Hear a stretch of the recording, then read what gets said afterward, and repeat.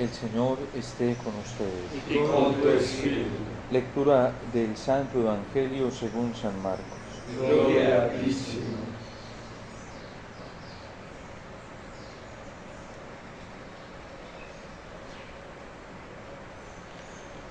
En aquel tiempo, los escribas que habían venido de Jerusalén decían acerca de Jesús: este hombre está poseído por Satanás, príncipe de los demonios, y por eso los echa fuera.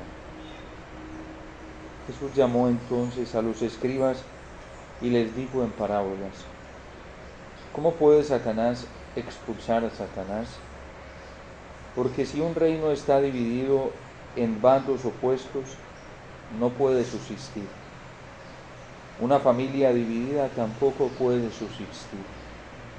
De la misma manera, si Satanás se rebela contra sí mismo, se divide, no podrá subsistir, pues ha llegado su fin. Nadie puede entrar en la casa de un hombre fuerte y llevarse sus cosas si primero no lo ata. Solo así podrá saquear la casa. Yo les aseguro que a los hombres se les perdonará todos sus pecados y todas sus blasfemias, pero el que blasfeme contra el Espíritu Santo nunca tendrá perdón, será reo de un pecado eterno. Jesús dijo esto porque lo acusaban de estar poseído por un espíritu inmundo. Palabra del Señor. Gloria a ti, Señor Jesús.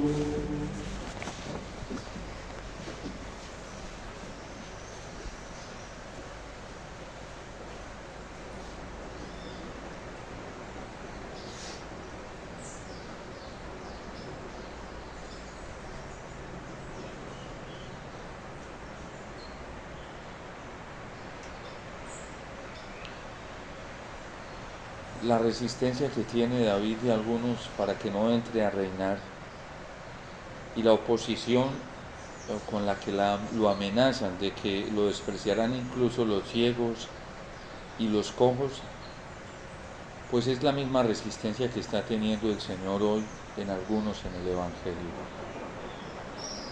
¿Con qué poder está haciendo esto el Señor? ¿Con qué autoridad? Se preguntan una y otra vez quienes tienen dentro de Israel, dentro de la ciudad santa, la tarea de guiar, de dirigir la fe de los judíos. ¿Tú con qué autoridad haces esto? ¿Tú con qué poder haces esto? Y ese interrogante los lleva a enceguecerse tanto que llegan incluso a distorsionar la obra que está realizando Dios a través de su ungido Cristo por la acción del Espíritu Santo. No es el Espíritu Santo, el Espíritu de Dios Padre, el Espíritu de amor, el Espíritu de poder que Dios prometió a David, con el cual iba a triunfar y iba a vencer, el que está operando en Cristo, sino que es un demonio. A Cristo lo tiene poseído Belcebú, y con ese poder, dicen los judíos, sobre todo hoy los escribas, es que puede realizar tantos prodigios y tantas acciones extraordinarias. La soberbia, la falta de humildad, la falta de sencillez para reconocer que Dios está operando en Cristo y que está actuando a través de Él, hace que estos hombres se enceguezcan más y acusen, condenen la obra del Señor, que es la obra del Espíritu Santo. El Papa Francisco nos recordaba a nosotros los sacerdotes en una misa crismal, creo que fue la del año pasado o antepasado, nos invitaba a volver a renovar la unción con la que habíamos sido capacitados para hacer las obras de Cristo en esta tierra. Y nos invitaba a renovar esa gracia porque habíamos sido ungidos con el poder del Espíritu Santo. Invitándonos a los sacerdotes a esto, también el pueblo fiel que ha recibido la unción del Espíritu Santo en el bautismo se renovaría, porque si nos renovamos nosotros los sacerdotes en esa unción del Espíritu Santo, instantáneamente se renovará también el sacerdocio común recibido por el bautismo y comenzará a operar el Espíritu Santo. ¿Por qué el rechazo de los escribas y de algunos ancianos del pueblo frente a lo que Jesús está realizando? Porque el modo en el que está actuando Jesús no coincide con el modo que ellos actúan, y su modo de actuar se convierte en una denuncia frente a su comportamiento que no es acorde con el comportamiento de Cristo. Es una pelea que hay entre ellos porque ellos dicen que están haciendo la voluntad de Dios, pero a su manera, y Cristo viene y dice que está haciendo la voluntad del Padre, pero de una manera muy diferente a la que ellos actúan. Porque los criterios de Cristo, cómo habla, cómo predica, cómo enseña, cómo orienta a la gente, no coinciden con el criterio de estos teólogos, que son los maestros de espiritualidad, que son los maestros de teología, que son los maestros de doctrina. Y si nosotros decimos que Él tiene la razón, entonces echamos por el piso todo lo que hemos enseñado, lo que hemos aprendido, lo que hemos pensado.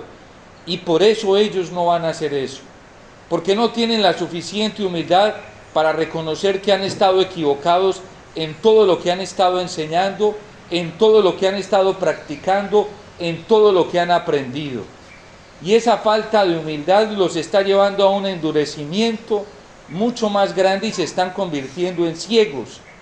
Y en verdad eso que le dicen a David, que hasta los ciegos lo rechazarán, se está cumpliendo en el ungido de Dios, que viene a manifestar la promesa de ese David, que va a liberar al pueblo, que está revestido con el poder de Dios y que actúa en él la fuerza del Espíritu Santo, y la ceguera en la que han caído espiritualmente los está llevando a rechazar al Espíritu Santo. Y por eso Cristo lo advierte: toda blasfemia, todo pecado se les perdonará, incluso contra el Hijo del Hombre, pero este rechazo a la acción misma de Dios, que es el Espíritu Santo, el que está actuando y está atando al demonio, lo está maniatando y lo está venciendo, esto no se les perdonará. Porque Cristo no está operando, Cristo está operando por la fuerza y la unción del Espíritu Santo con el que el Padre lo ha ungido, con esa unción que se testimonió en el Jordán cuando vino el Espíritu Santo sobre él, y San Juan Bautista dio testimonio: aquel que me dijo que él sería el Mesías, también me dijo que cuando viniera el Espíritu Santo sobre él, ese era. Y San Juan Bautista vio cómo se posó el Espíritu Santo sobre Cristo y fue ungido. Y por eso desde que sale del Jordán, Cristo comienza una predicación aterradora, avasalladora, porque es el Espíritu Santo el que está actuando en los corazones. Cuando Cristo camina, cuando Cristo habla, cuando Cristo predica, cuando Cristo expulsa a los demonios, es que el Espíritu Santo se mete en el corazón de esas personas y ata al mal, lo vence, como lo ha hecho con estos endemoniados que se le han acercado, de los cuales nos ha hablado San Marcos. Pero ellos no quieren reconocer que es la gracia del Espíritu Santo, que es el poder mismo de Dios. Satanás no se puede dividir contra sí mismo. Satanás nunca va a condenar el mal. Satanás nunca va a rechazar el mal. Satanás nunca va a condenar el pecado ni lo va a rechazar. Pero algo sí sabe hacer el demonio, y es calificar el mal como bien.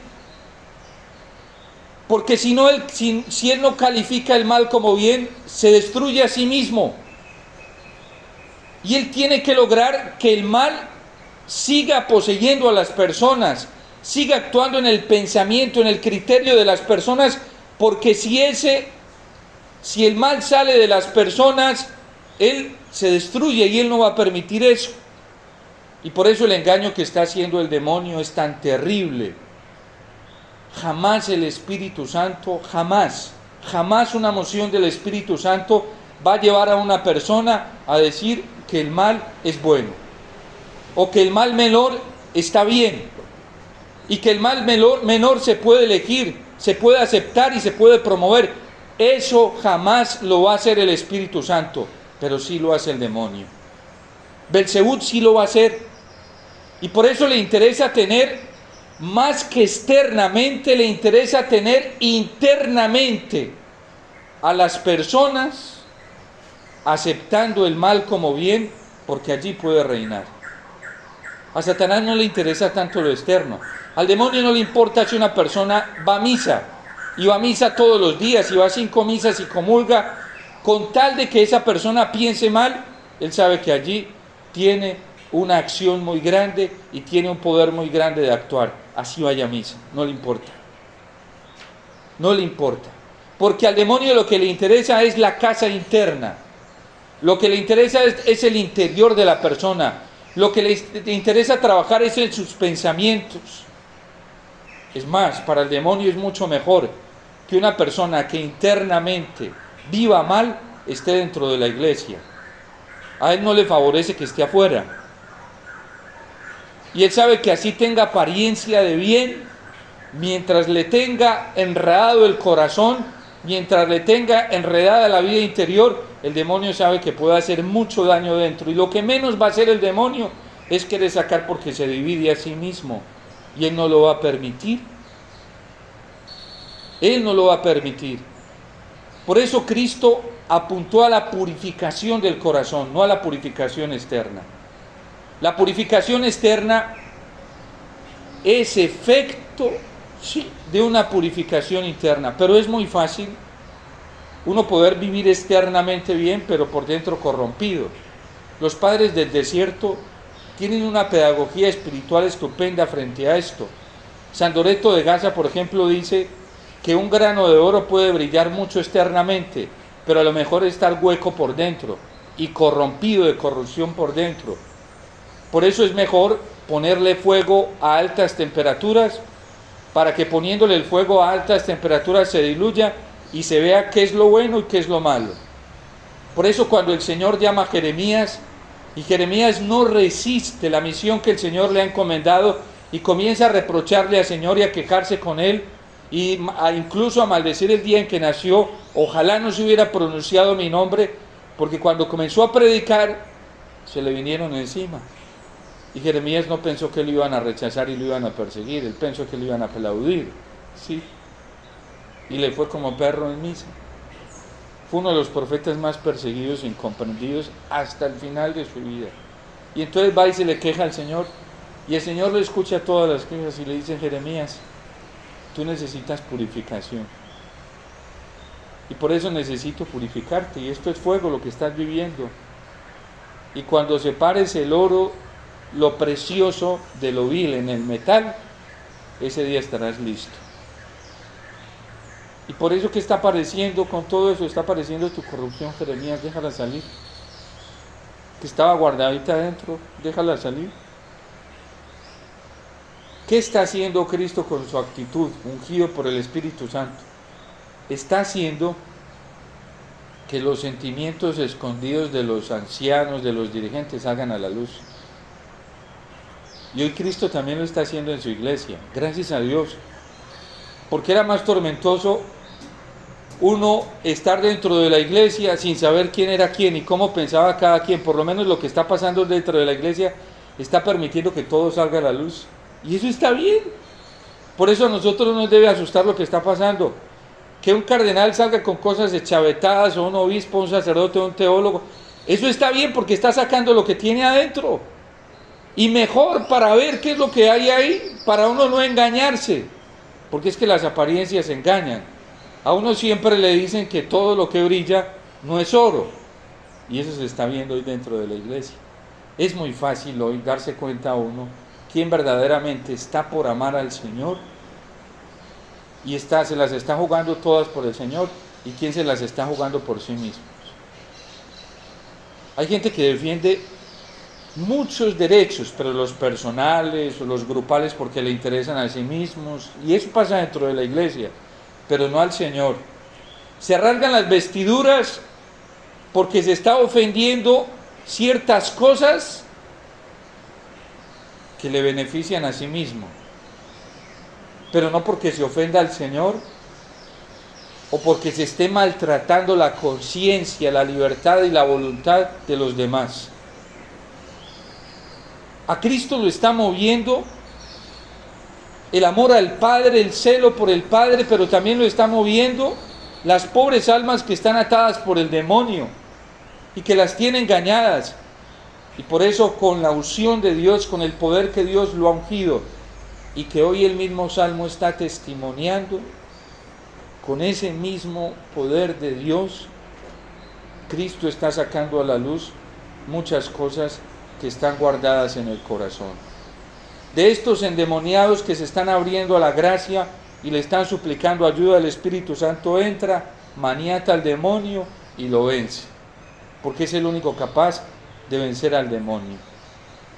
Pero tengamos esto claro, porque podemos oponernos a la acción del Espíritu Santo por soberbia y por no aceptar la forma en la que actúa el Señor. El Espíritu Santo nunca nos va a mover al mal. Nunca, interiormente nunca lo va a hacer, y mucho menos externamente, ¿sí? Jamás el Espíritu Santo nos va a decir en el corazón, vea, el mal se puede aceptar, no importa, es el mal menor, jamás. El demonio sí lo hace. El demonio nos va a decir, no, eso es permitido, y vaya mire la Biblia, y vaya mire aquí, y eso se puede. Eso lo va a hacer el diablo. Porque entre el pecado y el Espíritu Santo hay una posición antagónica. No se soportan los dos. En el cielo no hay pecado, ¿sí? En Dios no puede haber pecado, ¿sí? Porque Dios es puro, es santo, es limpio. Y en el Espíritu Santo, ¿qué va a hacer el Espíritu Santo en nuestro corazón? Nos va a decir, el mal no se puede hacer. Nos va a decir, de ninguna manera. Hay que ser fieles a Dios. Hay que ser fieles al amor. No se puede aceptar el pecado en ningún nivel. Eso nos lo va a decir el Espíritu Santo. Por eso San Juan dice, cuando venga a Él el Espíritu de la verdad, los convencerá en todo lo referente al pecado. Uno atiende en la confesión a los padres, yo creo que les ha pasado más de una vez, al padre Andrés, al padre Gustavo, que ahorita está empezando a ejercer su ministerio. En una confesión se da cuenta, hay gente que recibe unas iluminaciones, padre, me di cuenta, durante muchos años yo hice esto creyendo que estaba bien, y estaba en el Santísimo, o estaba en una misa, o estaba riendo el rosario, y me di cuenta que esto estaba mal. ¿Quién se lo dijo? El Espíritu Santo, y por eso vine aquí a confesarlo. Y hay sacerdotes que en la confesión, no, tampoco pienses así. ¿Cómo te vas a poner a pelear contra él? Si el Espíritu Santo se lo mostró a esa persona, y esa persona está arrepentida y lo vio y recibió una moción para... No, tampoco eso es tan grave, no mire las cosas así. Padre, es que yo no vine a discutir a usted, a discernir si eso era pecado, no, ya me lo dijo el Espíritu Santo. Y ya fui y lo verifiqué en la Biblia, por eso nosotros en la confesión no estamos para rebatirle. Si el Espíritu Santo se lo mostró a la gente, se lo mostró y ya. Nosotros somos ministros, a nosotros solamente nos corresponde ser facilitadores de la gracia del Señor. Pero lo que estamos viviendo, esto que estamos viviendo hoy en la iglesia, a mí me parece una bendición muy grande. Porque uno ya se va dando cuenta quién va para dónde va, ¿sí? Y así uno, pues, ¿qué hace? Orar por esas personas. Y uno ya sabe que yo no voy a ir a pedirle consejo a esta persona que piensa así. ¿Qué tal? ¿Qué tal? Voy a orar por ella mucho, sí, pero yo no le voy a decir, venga, aconséjeme, venga, voy a sentarme cuando esté en hora para que me diga cómo llego al reino. Jamás. Dios nos está haciendo un favor muy grande dentro de la iglesia. Y por eso Simeón se lo dijo a la Virgen. Este está puesto como signo de contradicción. Y saldrán a la luz las intenciones de muchos corazones. Y esto a ti te provocará dolor. Porque tú te vas a dar cuenta cuando esto comience a salir a la luz. Hoy dentro de la iglesia, Dios lo está haciendo, va levantando el tapete, la esquinita, con una benevolencia y con un amor en consideración a nosotros. Si por Él fuera, lo levantara todo de una vez, pero sabe que nosotros no lo soportamos. Por eso la Virgen, cuando le habló a los pastorcitos en Fátima, tuvo que, lo más duro, lo más terrible, tuvo que dárselos en un secreto. No porque el cielo no quisiera mostrar la verdad, sino porque nosotros no íbamos a soportar. Psicológicamente no somos capaces de soportar esas cosas. Si uno no está cimentado en la oración, buscando al Señor continuamente, uno no va a aguantar ver eso. El santo cura de Ars le comenzó a pedir esa gracia al Señor, de verse él como lo veía Dios. Y escribe 2 cartas a 2 de sus hijas espirituales. Nunca vayan a pedir eso, porque yo lo hice y casi me muero. Casi me muero. Y era un hombre de oración, de penitencia, de ayuno. Nosotros no soportamos eso. Por eso San Juan Pablo II en algún momento, cuando le preguntaron por qué no, los papas no mostraban eso, decía, es que se ponían a mirar la humanidad, no soportamos. Claro, psíquicamente no somos capaces de aguantar.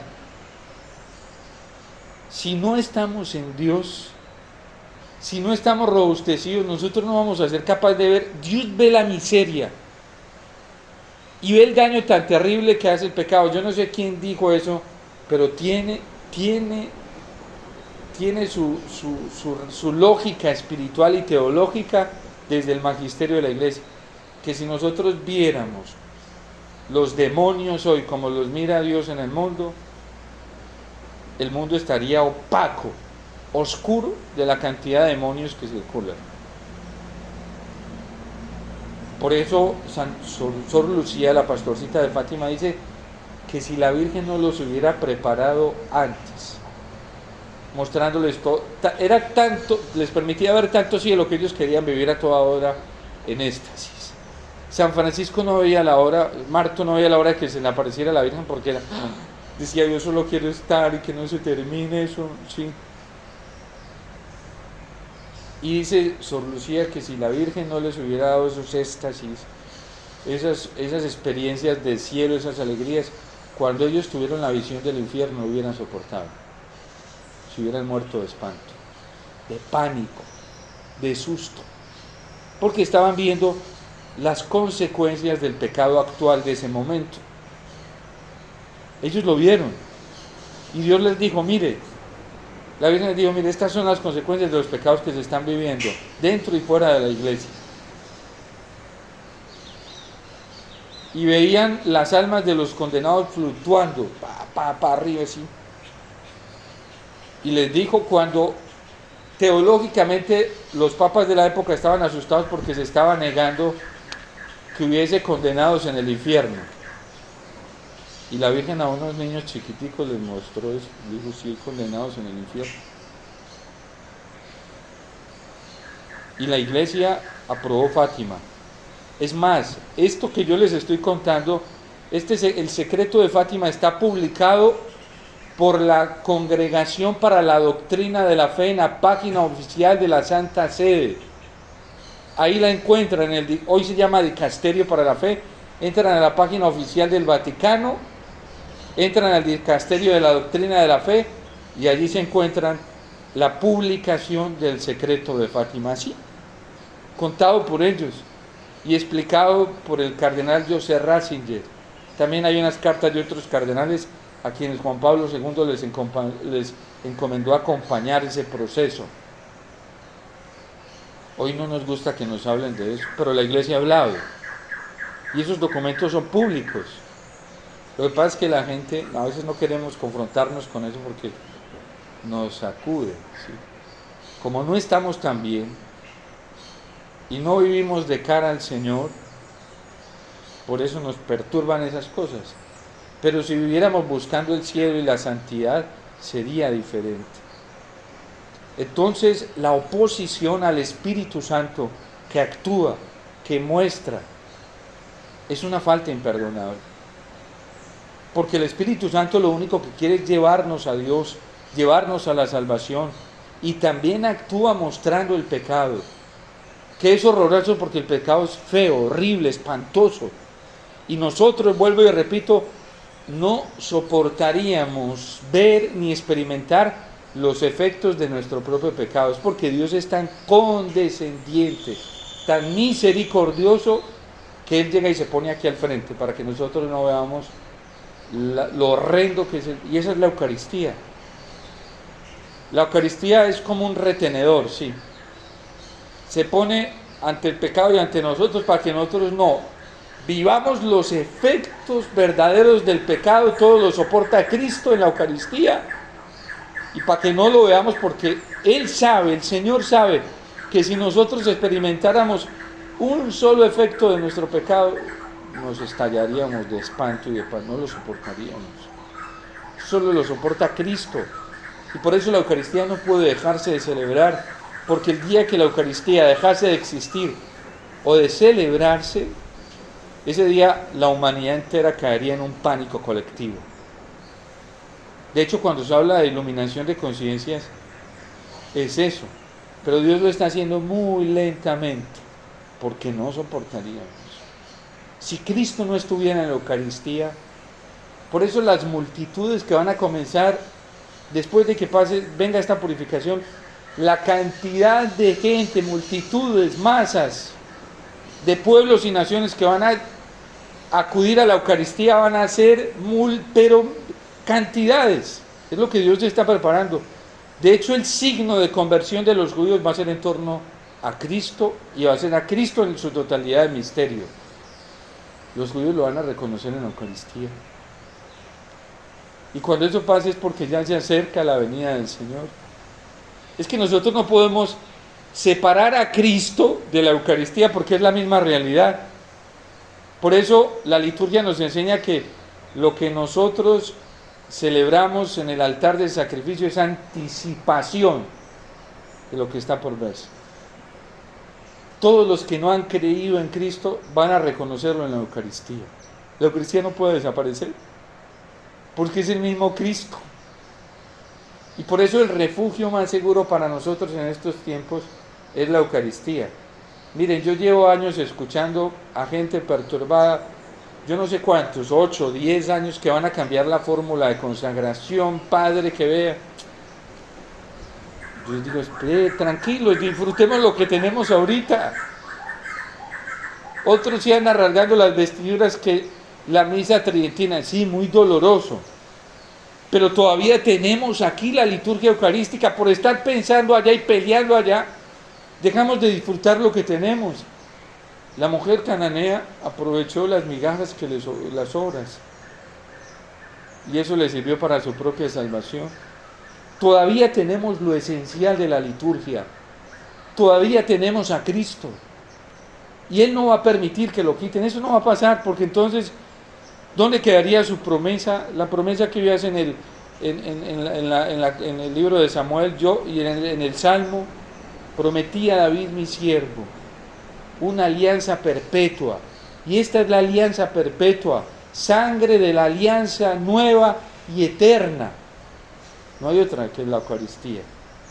Por eso nosotros no debemos dejarnos engañar y entrar en polémicas, en discusiones, en debates, cuando tenemos lo más santo y sagrado, que es la Eucaristía. Uno disfrute, goce con la Eucaristía. Entonces pidámosle al Señor esa gracia, porque hoy hay mucha confusión dentro de la iglesia y se está rechazando al Señor, y se está rechazando la unción del Espíritu Santo. La gente, por defender posiciones personales, es mentira que están defendiendo al Señor o que están defendiendo a los fieles. Puras posturas personales, puros intereses personales. Hay obispos admirables que se la están jugando, sacerdotes, por llevar a la gente a la Eucaristía, por llevar a la gente a lo esencial, que es la palabra del Señor, al depósito de la fe. A esos hay que creerles. Esos que están dando testimonio por la fidelidad a la verdad de la fe, no por ellos mismos, a tal punto que no les importa si les quitan el ejercicio del ministerio, porque no les pueden quitar a Cristo. No se los pueden quitar. Y eso es un testimonio admirable de fidelidad al Señor, porque ¿qué les importa? Les importa la obediencia a la voluntad del Señor, nada más. Ay no, yo para que no me quiten estos privilegios, para que no me quiten esto, mejor me callo, no digo, no hablo, digo esto, pienso como ellos piensan, no, eso sería apostatar, eso sería vendernos. Y por eso nosotros no podemos ir en contra de la unción del Espíritu Santo. Pidámosle al Señor que nos dé la gracia de reconocerlo siempre a Él, de aceptar el Espíritu Santo, que nunca, nunca el Espíritu Santo nos va a llevar al mal, nunca. Ese es el demonio. Y el demonio se disfraza de Espíritu Santo. Sí, téngalo por seguro. Se disfraza de Cristo, se disfraza de Dios, se disfraza de la Virgen, se disfraza de los santos. ¿A cuántos santos no les ha pasado que el demonio se les ha parecido de la Virgen? ¿Sí? Y les habla y les da mensajes y todo eso, y ellos son felices. Perdón, los santos no se dejaron engañar, pero hay gente que es feliz dejándose engañar. Ay, padre, es que se me apareció la Virgen. ¿Y tú cómo sabes que era la Virgen? Los santos eran muy astutos. Santa Teresa de Jesús, San Felipe, muchos santos vivieron, se les aparecía del corazón de Jesús y les hablaba con una ternura y con una dulzura, mis pequeñitos, así les hablaba. Los santos no se dejaban engañar. Hoy hay mucha gente dejándose engañar por revelaciones. El diablo también se viste de la Virgen, de San José, se viste de los santos, del corazón de Jesús, se viste de todo eso. Y aprueba el pecado. Dice, no, tranquilos, es que la misericordia y la compasión, eso dice disfrazado. Cuando se disfraza de la Virgen, dice, no, lo importante es la fidelidad al Señor. Y el rechazo total, es la Virgen cuando hay rechazo total al pecado, como lo hizo en Fátima. Cuando hay rechazo total al mal, ahí me doy cuenta que es la Virgen, porque eso es del Espíritu Santo. El demonio no, el demonio dice, no, el mal menor se puede, el mal menor eso se puede elegir, eso dice el demonio, y él no quiere que lo saquen de ahí. ¿Sí? Jamás el Espíritu Santo jamás va a aceptar el mal en ningún grado, ni menor, ni mediano, ni mayor, ni grande, ni pequeño, porque el Espíritu Santo nos ha capacitado para el bien. Las reglas de San Ignacio de Loyola y Sarmiento enseñan precisamente todo esto y cómo opera ese espíritu del mal camuflado de bien, para que no nos dejemos enredar. Si se nos aparece la Virgen, se nos aparece el corazón de Jesús, debemos saber que lo primero que nos va a decir es que debemos apartarnos del mal en todos los grados. Porque si ese corazón de Jesús nos dice, no, sí se puede, eso, ese ya no es el corazón de Jesús. Ese es el corazón del demonio, ¿sí? Disfrazado, porque siempre se tiene que vestir de bondad. Y por eso nosotros no podemos caer en la trampa. Tampoco perturbarnos por lo que está pasando en la iglesia. Esto está bueno, se está poniendo bueno, porque están saliendo a la luz las intenciones de muchos corazones, y mejor, para uno no andar perdiendo el tiempo, ¿sí?